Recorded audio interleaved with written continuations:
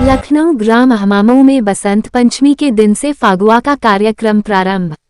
जनपद लखनऊ के हजरतगंज से 7 किलोमीटर की दूरी पर स्थित ग्राम हमामों में बसंत पंचमी के दिन से फागुआ का कार्यक्रम प्रारंभ हो जाता है तथा होलिका दहन के बाद आठौर तक इस ग्राम सभा के ग्रामीण फगुआ गाते हैं। इस संवाददाता से बातचीत में बताया गया कि फाग के संयोजक जीएस सिंह, सुभांश द्विवेदी, अभिषेक सिंह सोनू, रुद्र शरण सिंह, गोपाल शरण सिंह, शुभम सिंह, समर सिंह, शिव शरण सिंह, उमाशरण सिंह, राजजन द्विवेदी, आलोक शर्मा, दुर्गेश साहू, धर्मेंद्र सिंह, श्री नारायण सिंह, तेज नारायण सिंह, कृष्णपाल सिंह, आदर्श सिंह, त्रिभुवन लाल शर्मा, टिल्लू शर्मा, सत्येंद्र सिंह, जितेंद्र सिंह, गुरशरण मिश्रा, राम मूर्ति मिश्रा, आशुतोष सिंह, अमर सिंह, अवधेश सिंह, रामकुमार, हनुमान साहू, देवकरण, रवि साहू इत्यादि साथी दो टोली बनाकर सूरदास, कबीर तथा तुलसीदास के पदों को फगुआ के रूप में गाते हैं। गांव के सबसे बुजुर्ग कात्यायनी दत्त मिश्र,